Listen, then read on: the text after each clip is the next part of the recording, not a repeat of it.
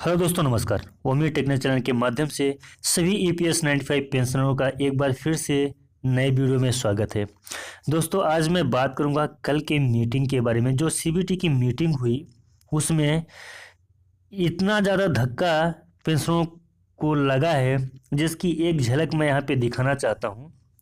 एक पेंशनर्स हैं, उन्होंने ये अपना एक कमेंट करके लिखा है, वो मैं आपको दिखाऊंगा। साथ साथ में मैं ये भी बताऊंगा कि दिल्ली पुलिस के द्वारा किस प्रकार से ईपीएस 95 पेंशनर्स जो सीनियर सिटीजन हैं उनके साथ में कैसा उनका बर्ताव रहा।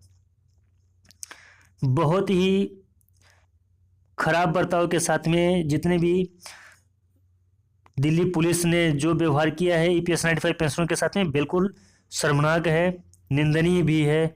उन्हें डराया धमकाया गया है। जितने भी पेंशनर्स हैं, ऐसा नहीं होना चाहिए।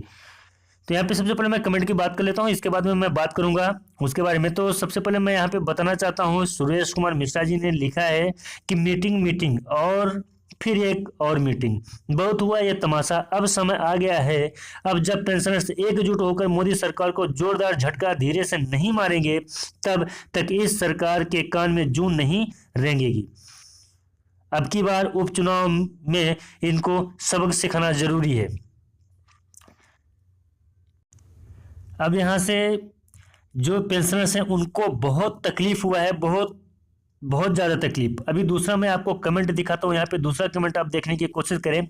आज बहुत बड़ी उम्मीद थी केंद्र सरकार की सीबीटी में, पेंशनरों को लेकर क्या हुआ, वही ढाक के 3-5। काफ़ी दिनों में मीटिंग हुई थी कि बारिश होगी तो कुछ बूंदों का फायदा होगा, लेकिन एक भी बूंद नसीब नहीं हुई। बूढ़े फिर उसी गर्मी को झेलते हुए मर जाएंगे। उम्मीद नहीं थी। आगे क्या होगा ये हमारे दोस्त ही अपनी सोच पेश करेंगे। हाँ, इस कुछ और आगे लिखा है, वो मैं नहीं पढ़ सकता हूं, लेकिन आप लोग समझ सकते हैं कि ये पेंशनरों का गुस्सा है, जो गुस्सा साफ और स्पष्ट दिखाई दे रहा है उनके इस पोस्ट के माध्यम से। आगे का भी मैं पोस्ट दिखाता हूं आपको। आगे सर का कहना है, समस्त ईपीएस 95 पेंशन से संबंधित 65 लाख कर्मचारी और उनके परिवार एवं न्यूनतम पेंशन से संबंधित कर्मचारी 22 में होने वाले चुनाव वहां की जनता से अपील करें, सुप्रीम कोर्ट विरोधी बीजेपी को वोट न दे।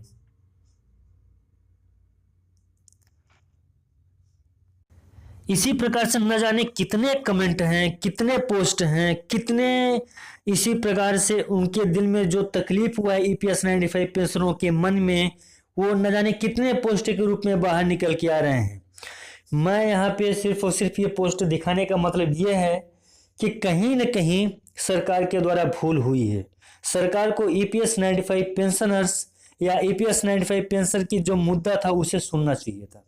हमारे YouTube का मतलब ये है, YouTube पे ये खबर देने का मतलब सिर्फ और सिर्फ एक ही है कि ये खबर को जितना ज़्यादा हो सके उतना ज़्यादा फैलाएं और लोगों तक पहुँचाएं भी।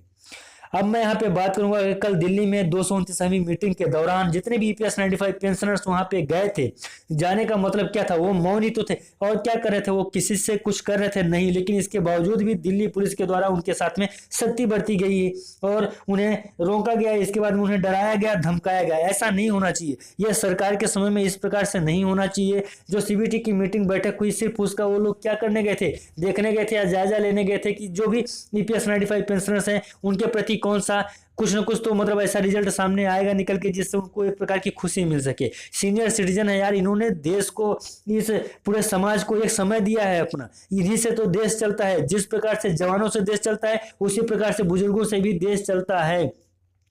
जितना किसान इंपॉर्टेंट है उतना पेंशनर भी इंपॉर्टेंट है, क्योंकि किसान भी देश को कुछ देता है और इन्होंने भी देश को दिया है, ये भी देश को दे ही रहे हैं। अभी भी आपके नौजवान जो भूले भटके लोग होते हैं उन्हें भी एक अच्छी राह पे कौन लेके आता है, यही बुजुर्ग ही लेके आते हैं। बुजुर्ग के ही रहने के कारण ही कोई भी लोग जो होता है, घर का जो सदस्य होता है सबसे बुजुर्ग होता है, उसके होने से एक अलग ही दबाव बना रहता है। तो बुजुर्गों को बिल्कुल नजरअंदाज ना करें, बुजुर्गों की मांग को सुने, देखें। ये हमारा रिक्वेस्ट है, अपील है, विनम्र प्रार्थना है इस सरकार से।